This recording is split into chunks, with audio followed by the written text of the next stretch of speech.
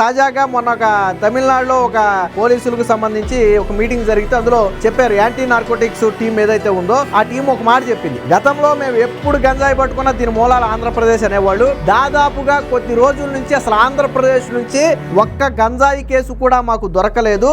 మా రాష్ట్రంలో దొరుకుతున్న గంజాయి కేసులు ఎక్కడా అని ఇప్పుడు పరిశీలిస్తే అవి ఒడిశాలో దొరుకుతాయి. Tamil Nadu anti narcotics task force అధికారులు చెప్పిన అభిప్రాయం ఇది. ఇదేమి మన పోలీసులు డబ్బా కొట్టుకోవాలి చాలా మంది అనొచ్చు. తమిళనాడుకు చెందిన యాంటీ నార్కోటిక్స్ పోలీసులు ఎవరైతే ఉన్నారో వాళ్ళు చెప్పిన మాట ఇది. అంటే మన రాష్ట్రం గురించి వాళ్ళు చెప్పిన మాట. గతంలో వాళ్ళే పదే పదే మేము ఏపీ ప్రభుత్వాన్ని హెచ్చరించే వాళ్ళని ఎవరు పట్టించుకోలేదు, బట్ ఇప్పుడు మాత్రం గంజాయి రావడం ఆగిపోయింది. మేము ప్రశ్నిస్తున్నది ఒడిశా నుంచి వచ్చిందని చెప్తున్నారు. ఆంధ్రప్రదేశ్ లో ఆ మూలాలు అయితే ఎక్కడ మాకు దొరకలేదు ఇటీవల కాలంలో అని చెప్పారంటే ఒక ఏడాదిలో ఎంత విప్లవాత్మక మార్పు తీసుకొచ్చారంటే ఇదేం ఆషామాషి వ్యవహారం కాదు. నారా లోకేష్ దీని మీద ఒక యజ్ఞం చేశాడని చెప్పొచ్చు. అంత బిజీ సమయంలో కూడా ఈ గంజాయికి సంబంధించి ప్రతిసారి కూడా సమావేశాలు నిర్వహించడం, పోలీసులను అలర్ట్ చేయడం, యువతలో అవేర్నెస్ క్రియేట్ చేయడం, స్కూళ్ళు కాలేజీ లాంటి వాటిలో కూడా అవేర్నెస్ ప్రోగ్రాములు కండక్ట్ చేయడం, దీనికి ఏగలనే ఒక పటిష్ట వ్యవస్థను ఏర్పాటు చేసి ఒక పవర్ఫుల్ వ్యక్తిని దీనికి ఇన్ఛార్జ్ గా నియమించడం, అదే సమయంలో ఆ గంజాయి స్టాక్ కు ఆల్టర్నేట్ గా వారికి జీవనోపాధి చూపించడం, ప్రభుత్వం నుంచి సహాయ సహకారాలు అందించడం, సబ్సిడీ మీద పరికరాలు అందించడం, దాదాపుగా ఒక